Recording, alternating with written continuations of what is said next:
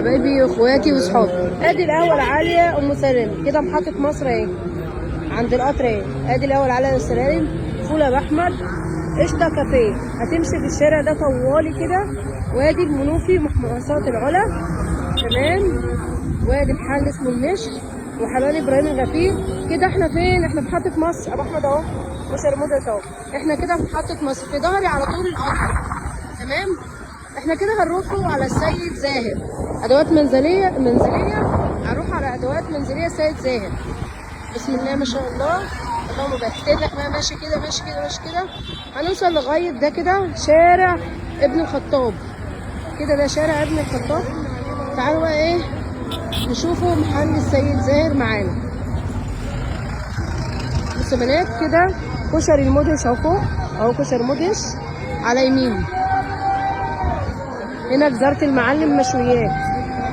خلينا ماشيين حلوان الرضا زي ما احنا كل ده كده، زي ما احنا كده ماشيين طوالي عشان نروحوا للسيد زاهر، بيت زاهر للادوات المنزليه اللي عنده كل حاجه ب10 جنيه، وعنده الغالي والرخيص والغالي يرخص لكم. صيدليه الشفا الجديده، فطاير رضا بيتزا. طبعا ده السوق بتاع محطه مصر، مش المول، السوق.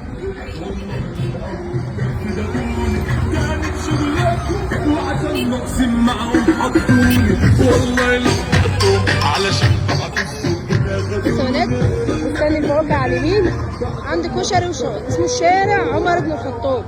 شارع ابن الخطاب، اسفه مش عمر بن الخطاب. كده كل ده شارع ابن الخطاب.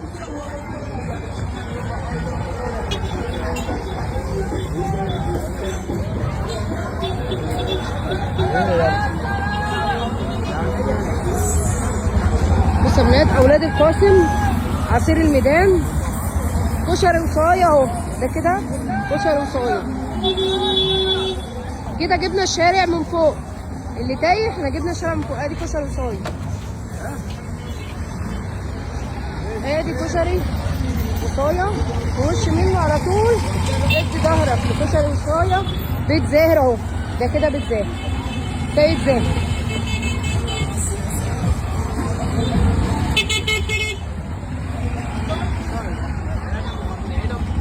ادي كده بيت زاهر اهو، الحاج زاهر قاعد قدامنا. السلام عليكم.